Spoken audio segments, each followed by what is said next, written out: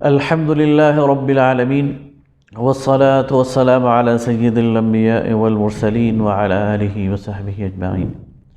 انتہائی محترم بزرگوں، بھائیوں، دوستوں، خواتین، السلام علیکم ورحمۃ اللہ وبرکاتہ۔ اسلامی فلاحی ریاست کے حوالے سے ہم گفتگو کر رہے ہیں۔ آج کی نشست میں فلاحی ریاست کا جو مغربی تصور ہے اس کا تقابل اسلامی ریاست کے فلاحی تصور سے کریں گے۔ مغرب نے انسانی معاشرے کو آج ایک فلاحی تصور دیا ہے اور اس کے پیچھے اس کی 200 سالہ یا اس سے زیادہ کی تاریخ ہے، اور اس تصور میں ترقی کر کے آج کی دنیا کے سامنے اس نے ترقی یافتہ اور ڈیولپڈ معاشروں کی ایک ایسی تصویر رکھی ہے کہ ہم تیسری دنیا کے جو لوگ ہیں اس کو بہت اس خواہش سے دیکھتے ہیں کہ شاید وہ دنیا میں جنت ہے اور وہاں انسان کو وہ تمام سہولیات حاصل ہیں جس کی انسان کوشش کر سکتا ہے۔ اس میں شبہ نہیں ہے کہ مغرب نے اس فلاحی ریاست کے قیام میں بہت دلچسپی بھی لی ہے اور وہاں کی قیادت نے وہ ایک سٹینڈرڈ بھی مینٹین کر دیا ہے، اور اگر اس کا ہم جائزہ لیں تو اس کے اندر چند ایسی خصوصیات ہیں جن کا انکار ممکن نہیں۔ مغربی معاشروں کی جو سب سے اہم خصوصیت ہے وہ وہاں کی مضبوط جمہوری روایت ہے۔ وہاں پر جمہوریت کی جڑیں گزشتہ 300-400 سال سے موجود ہیں اور آج وہ اپنے نقطہ عروج پر پہنچی ہوئی ہیں۔ وہاں کی جو حکومتیں ہیں ان کا تغیر و تبدل وہ خاص وقفوں سے پورے تسلسل کے ساتھ اور جمہوری بنیادوں پر ہوتا ہے، اور اس کی ڈور عوام کے ہاتھ میں ہے، اور بالآخر عوام کے فیصلے کی بنیاد پر جس نے اقتدار میں آنا ہوتا ہے وہ اقتدار میں آتا ہے، اور جس نے اقتدار سے محروم ہونا ہوتا ہے وہ اقتدار سے محروم ہوتا ہے۔ یہی وجہ ہے کہ وہاں کے جو حکمران ہیں ان کی نظر مسلسل عوامی رائے کے پیمانوں پر ہوتی ہے، اور ان کی پالیسیاں، ان کے اقدامات وہ عوام کی تائید اور ان کی حمایت حاصل کرنے کے لیے ہوتے ہیں، اور وہ ایک دوسرے کا مقابلہ کرتے ہیں کہ کیسے عوام کو خوش کیا جائے اور اپنا ہم نوا بنایا جائے۔ وہاں پر اظہار رائے کی آزادی ہے، ہر فرد اس کو یہ ایک تحفظ حاصل ہے کہ وہ جو چاہتا ہے، جیسا چاہتا ہے وہ بیان کر سکتا ہے۔ اسے جمہوری پلیٹ فارم بھی میسر ہے، اسے میڈیا کا پلیٹ فارم بھی میسر ہے، اور وہ اس کی رائے پر کوئی قدغن وہاں پر موجود نہیں ہے۔ وہاں پر کوئی فرد یہ محسوس نہیں کرتا کہ وہ گھٹا ہوا معاشرہ ہے، بلکہ وہ یہ محسوس کرتا ہے کہ وہ جو چاہتا ہے وہ بیان کر سکتا ہے، اس کی رائے پر کسی قسم کی کوئی پابندی نہیں ہے، اور نہ ہی وہ یہ پابندی برداشت کر سکتے ہیں۔ پھر وہاں کی ایک خصوصیت یہ ہے کہ وہاں پر قانون کی حکمرانی ہے۔ قانون سب کے لیے ایک ہے۔ قانون شکنی کرنے والا چاہے کوئی غریب ہو، یا صدر یا وزیر اعظم کا بیٹا ہو، یا صدر اور وزیر اعظم خود ہو، وہ قانون کی شکنجے میں آتے ہیں اور قانون کے سامنے جواب دہ ہوتے ہیں، عدالت کے کٹہرے میں کھڑے ہوتے ہیں۔ گویا ان معاشروں نے قانون کی حکمرانی کو اولیت اور اہمیت دی ہے۔ امن و امان کا جو مسئلہ ہے وہ خاصی حد تک اطمینان بخش ہے، اور لوگوں کی جان اور مال وہ اس کی بنیادی جو تحفظ کا ایک احساس ہے وہ وہاں پر لوگوں کو حاصل ہے۔ پولیس، اس کا رویہ لوگوں کے لیے انتہائی ہمدردانہ اور دوستانہ ہے، یہاں تک کہ ایک بچہ بھی وہ فون کال کر کے پولیس اور پوری انتظامی مشینری کو وہ حرکت میں لا سکتا ہے اور اپنے پاس اپنے ساتھ لا کر کھڑا کر سکتا ہے اور ان کی مدد حاصل کر سکتا ہے۔ تعلیم کی سہولت مفت ہے، صحت کی شاندار سہولتیں لوگوں کو حاصل ہیں، سوشل سیکیورٹی کا انتظام وہ زبردست ہے۔ کوئی بیمار ہو جائے، بے روزگار ہو جائے، کسی کو حادثہ پیش آ جائے، کسی کو نقصان ہو جائے، تو اسے یہ فکر نہیں ہوتی کہ اس کا کیا بنے گا، وہ رہے گا کہاں،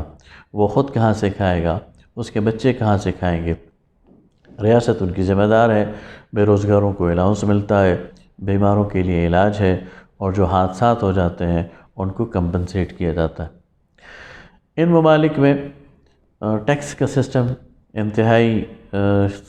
شفاف ہے، لوگ اپنی خوشی سے، آمادگی سے ٹیکس دیتے ہیں، اور وہ ٹیکس عوام کی فلاح اور بہبود پر لگتا ہوا نظر آتا ہے۔ عدالت اور کچہری، محکمہ مال، ہر جگہ رشوت دینے کو برا خیال کیا جاتا ہے۔ عموماً رشوت کا کلچر نہیں ہے اور میرٹ کو فالو کیا جاتا ہے۔ لوگوں کا وقت ضائع نہیں کیا جاتا، بار بار دفتر کے چکر نہیں لگوائے جاتے، اور جو فیسیلیٹی عوام کو دی جا سکتی ہو وہ ضرور دی جاتی ہے۔ بیوروکریسی اور باقی جو عملہ ہے وہ لوگوں کے لیے ایک معاون کا کردار ادا کرتا ہے، لوگوں کو فیسیلیٹیٹ کرتا ہے، لوگوں کی خدمت پر مامور ہوتا ہے، اور اس میں وہ عار نہیں سمجھتے۔ عموماً ان معاشروں میں محنت کو برا نہیں سمجھا جاتا، کوئی بھی کام برا نہیں جانا جاتا، محنت کرتے ہوئے عار نہیں سمجھا جاتا۔ کوئی فیکٹری کا جو مالک ہے وہ اپنے مزدوروں کے ساتھ کھڑا ہو کر کام بھی کرتا ہے، ان کے ساتھ ایک ہی کینٹین میں بیٹھ کے کھانا بھی کھاتا ہے، اور اس میں وہ کسی تکلف کا مظاہرہ نہیں کرتا۔ لہٰذا اس سے جو معاشرہ وجود میں آتا ہے اس کے اندر یہ جو اقدار ہیں یہ باقی معاشروں کے لوگوں کو، اور خصوصاً ہمارے معاشرے کے لوگوں کو اٹریکٹ کرتی ہیں۔ لیکن اس معاشرے کا ایک تاریخی پہلو بھی ہے، وہ بھی ہمارے سامنے رہنا چاہیے۔ فرد کی بے بہا آزادی نے وہاں پر اعتدال کی صورت کو بے اعتدالی میں بدل دیا، اور اس کا نتیجہ یہ نکلا ہے کہ لوگ وہ یہ تو خیال رکھتے ہیں کہ ان کی رائے وہ اہم ہے اور ان کو رائے کی آزادی حاصل ہونی چاہیے، لیکن وہ اب اس بات کی یعنی کوئی فکر نہیں کرتے کہ ان کی رائے سے کسی کی دل آزاری ہو سکتی ہے، یا ان کی رائے جو ہے وہ کسی کو ناگوار گزر سکتی ہے۔ لہٰذا منہ پھٹ ہو گئے ہیں، اور جو چاہے بیان کریں، اور چاہے ان کے اس بیان کرنے سے کسی کو تکلیف ہوتی ہو، دکھ ہوتی ہو، خاص طور پر مذہبی آزادیوں کے حوالے سے، مذہبی مقدسات کے حوالے سے ان کی یہ جو آزادی رائے ہے اس نے لوگوں کو نقصان پہنچایا ہے، ان کے اس متوازن معاشرے کو نقصان پہنچایا ہے۔ اسی طرح خاندان کا تصور وہاں ختم ہو رہا ہے، اور نیوکلیئر فیملی وجود میں آ رہی ہے، ماں باپ اور 2 بچے، اور جو والدین ہیں، جو دادا دادی ہیں، نانا نانی ہیں، ماموں ہیں، خالائیں ہیں، چچا ہیں، پھوپھی ہیں، ان کا تصور اب وہاں پر، بہن بھائی ہیں، ان کا تصور اب وہاں پر ختم ہوتا جا رہا ہے۔ ان رشتوں کے ساتھ جو رسپانسبلٹیز ہیں، ان رشتوں کے ساتھ جو تقدس ہے وہ بھی ختم ہوتا جا رہا ہے، یہاں تک کہ بوڑھے والدین کو ریاست کی ذمہ داری سمجھا جاتا ہے، اور ان کی خدمت یہ لوگ اپنی ذمہ داری نہیں سمجھتے۔ عموماً 16-17 سال میں لڑکا اور لڑکی گھر چھوڑ دیتے ہیں، اور اس کے بعد پھر ان کا والدین کے ساتھ اوکیجنل تعلق ہوتا ہے، کبھی ویکنڈ پر کال کر دیتے ہیں، کرسمس پر کارڈ بھیج دیتے ہیں یا پھول بھیج دیتے ہیں، اور یہی سمجھتے ہیں کہ وہ انہوں نے اپنا حق ادا کر دیا۔ سنگل پیرنٹ بچوں کی تعداد میں اضافہ ہو رہا ہے، خاندان ٹوٹ رہے ہیں، اور اس کے نتیجے میں جو بچے پڑھ رہے ہیں ان کے جو نفسیاتی مسائل ہوں گے ان سے بھی کوئی صرف نظر نہیں کر سکتا۔ اسی طرح عمر رسیدہ افراد کے لیے یہ معاشرہ وہ جہنم زار بن چکا ہے، اس لیے کہ ان کی ٹیک کیئر کرنے والا ان کی اپنی اولاد میں سے کوئی نہیں ہوتا۔ ظاہر ہے کہ ان کے لیے اولڈ ایج ہاؤسز بنے ہوئے ہیں، نرسز ان کی ٹیک کیئر کرتی ہیں، بظاہر ان کا بڑا خیال رکھا جاتا ہے، لیکن وہ جو ایموشنل بائنڈنگز ہوتی ہیں، وہ جو قلبی تعلق ہوتا ہے، اور وہ جو ان کی نفسیاتی اور روحانی جو ان کی تقاضے ہوتے ہیں، ظاہر ہے کہ ان کو کوئی پورا کرنے والا نہیں ہوتا، اور اس طرح وہ لوگ جو ہے وہ ایڑیاں رگڑتے ہوئے اولڈ ہاؤسز میں اپنی جان دے دیتے ہیں۔ شراب نوشی عام ہے، جوئے کو قانونی تحفظ حاصل ہوا ہے، اور زنا بالجبر کے واقعات وہ بھی روز افزوں ہیں، حالانکہ وہاں پر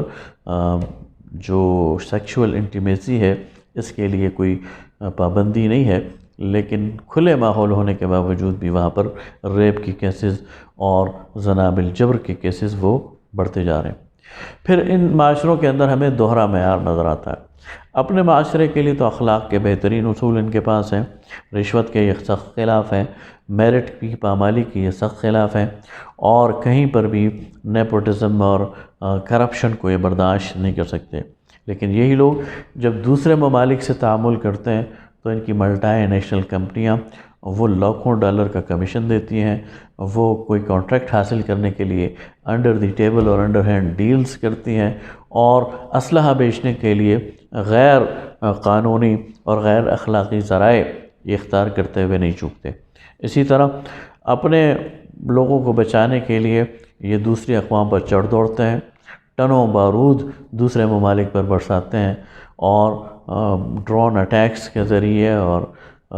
بمباری کے ذریعے لاکھوں لوگوں کو یہ قتل کرتے ہیں، اور اس کو جمہوریت کا نام دیتے ہیں، اس کو آئین کی پاسداری کا نام دیتے ہیں، اور اس کو اپنی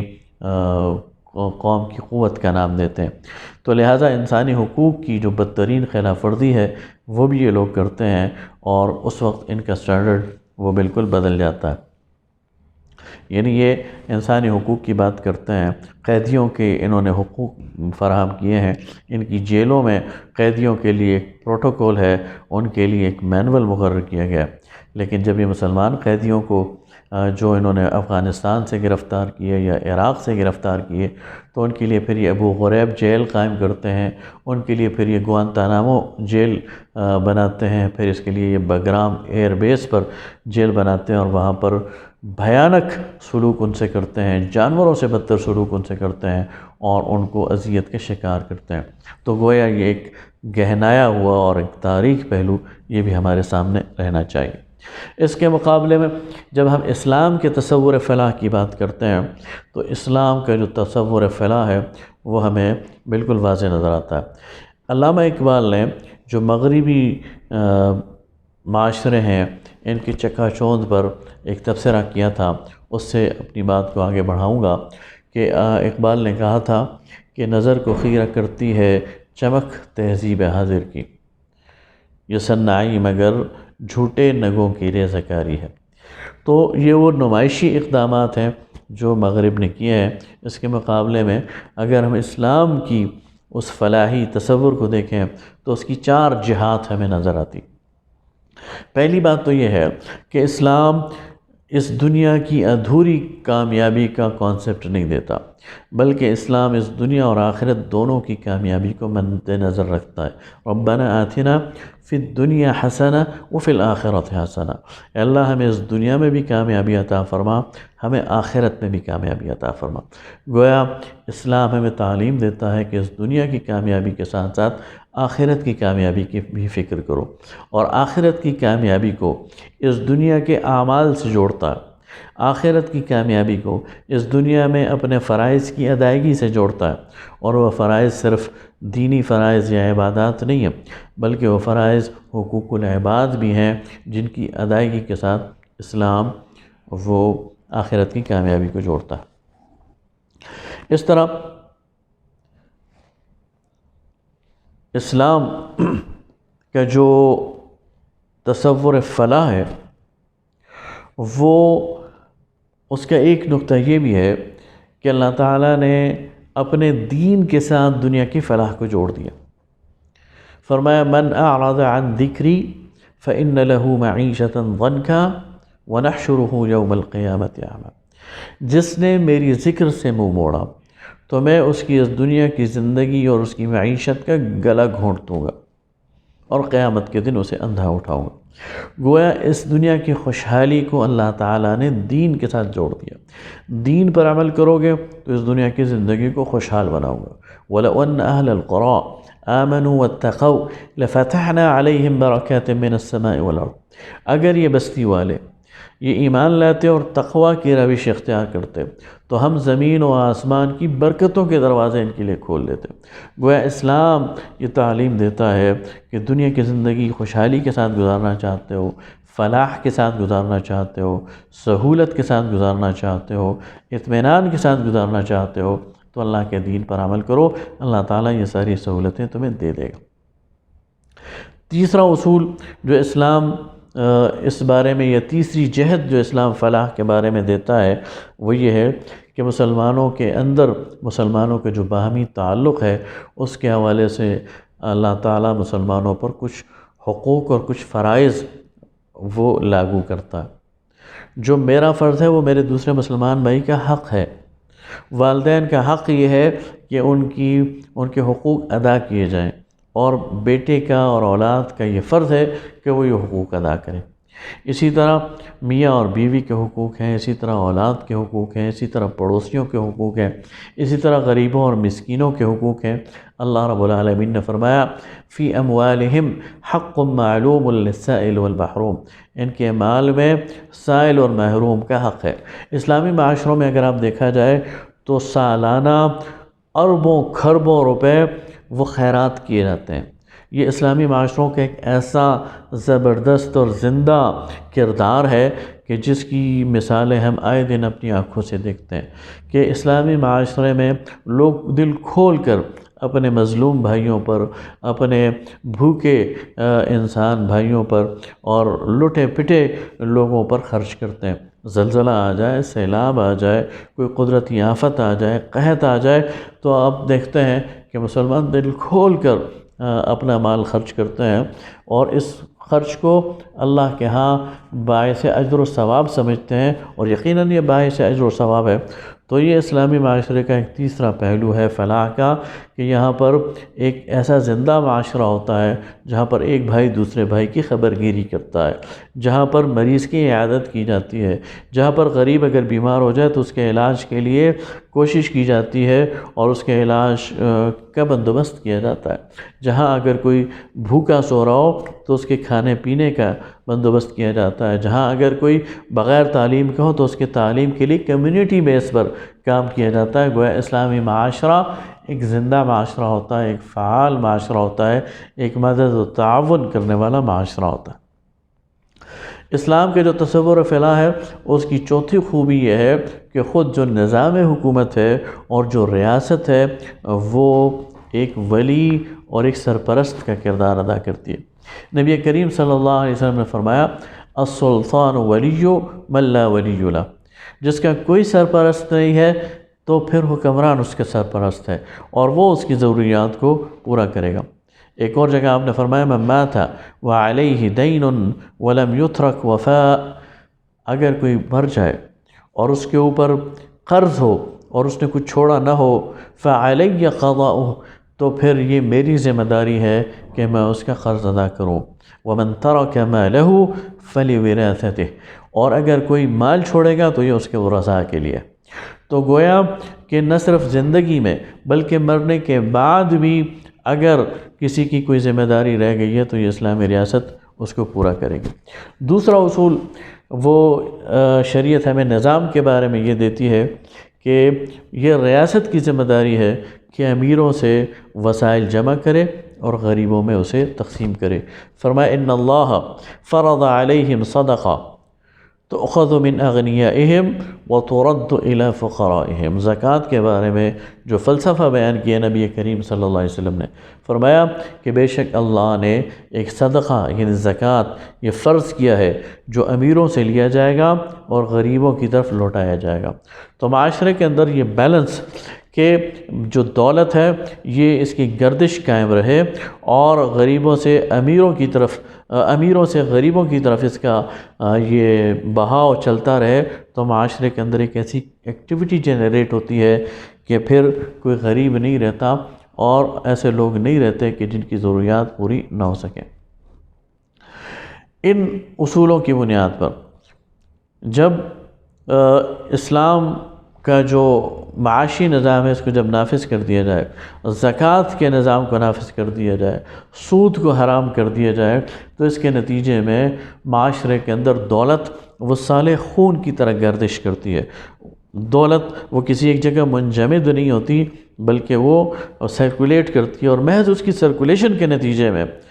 بہت سارے مسائل حل ہو جاتے ہیں اور لوگوں کو وہ دولت اس سے استفادہ کرنے کا موقع ملتا ہے۔ رعایا کے لیے رہائش، خوراک، لباس، تعلیم، یہ سہولیات فراہم کرنا یہ حکومت کی ذمہ داری ہے، اور یہ نبی کریم صلی اللہ علیہ وسلم اور آپ کے بعد پھر صحابہ کرام کے دور سے یہ ذمہ داریاں اسلامی حکومت ادا کرتی رہی ہے۔ حضرت عمر رضی اللہ تعالیٰ عنہ کے دور میں افراد کے لیے وظیفہ مقرر کر دیا گیا تھا، یہاں تک کہ شیرخوار بچوں کے لیے بھی وظیفہ مقرر کر دیا گیا تھا اور ان کی تعلیم کا بھی بندوبست کر دیا گیا تھا۔ حضرت عمر رضی اللہ تعالیٰ عنہ کے دور میں صرف مدینہ شہر میں 9 تعلیمی ادارے قائم کر دیے گئے تھے، جن کے باقاعدہ استاد مقرر تھے، ان کو تنخواہیں دی جاتی تھیں اور ان کا کام یہ تھا کہ وہ بچوں کو تعلیم دیں۔ قانون کا احترام وہ اسلامی معاشرہ کی ایک بہت بڑی صفت ہے۔ وہاں پر قانون خلیفہ کے لیے بھی ہے، وہاں قانون حکمران اور رعایا دونوں کے لیے ایک جیسا ہے، اور مسلمانوں نے اسے برت کر دکھایا عملاً، اور بتایا کہ قانون کی نظر میں ایک عام شہری بھی اور ایک حکمران یہ دونوں برابر ہیں۔ کاروبار، صنعت، حرفت اور نقل و حمل، ان کی سہولیات فراہم کرنا، راستے بنانا اور راستوں کو محفوظ بنانا اور راستوں میں لوگوں کے لیے سہولیات فراہم کرنا، یہ ساری وہ چیزیں ہیں جو مسلمانوں نے اپنے دور میں فراہم کی ہیں، اور اس کے ذریعے سے ملک کے اندر آمد و رفت کی جو مسائل ہیں وہ ختم ہوئے، تجارت کو فروغ ملا، زراعت کو فروغ ملا، صنعت و حرفت کو فروغ ملا، اور اس کے نتیجے میں معاشرے نے ترقی کی۔ اسی طرح بیت المال کی جو رقوم ہے ان کو امانت سمجھا گیا اور ان کو براہ راست عوام پر خرچ کیا گیا، اور وہ خرچ کرتے ہوئے کسی کنجوسی اور بخل سے کام نہیں لیا گیا، اور اس کے نتیجے میں لوگوں کے مسائل حل ہوئے۔ اور انسانوں کی کیا بات کی جائے، اسلامی ریاست تو وہ ریاست ہے جس میں جانوروں کی نگہداشت کے لیے بھی باقاعدہ ہمیں مثالیں ملتی ہیں کہ وقت کے حکمرانوں نے جانوروں کے حوالے سے کیا اقدامات کیے۔ حضرت عمر رضی اللہ تعالیٰ عنہ کو مقولہ مشہور ہے کہ فرات کے کنارے پیاسا کتا بھی مر جائے تو عمر سے اس کی پوچھ ہوگی۔ تو گویا جانوروں کے حوالے سے، ان کی دیکھ بھال کے حوالے سے ان کے حقوق مقرر ہیں۔ اسلام نے تو درختوں کے حوالے سے درختوں کو کاٹنے سے منع کیا، فصلوں کو برباد کرنے سے منع کیا، نباتات کے حوالے سے حقوق بتائے ہیں۔ لہذا اسلامی ریاست کے بارے میں اقبال نے جو نقشہ کھینچا تھا وہ تو یہ تھا کہ کس نباشد در جہاں محتاج کس، نقطۂ کس نباشد در جہاں محتاج کس، ای نقطۂ شرع مبی است و بس، کہ اگر آپ نے اسلامی ریاست کو دیکھنا ہے تو اس کی منظر کشی یہ ہے کہ کوئی ایک انسان کسی دوسرے انسان کا محتاج نہیں ہوگا۔ شریعت آئے گی تو اللہ تعالیٰ سب کو ایسے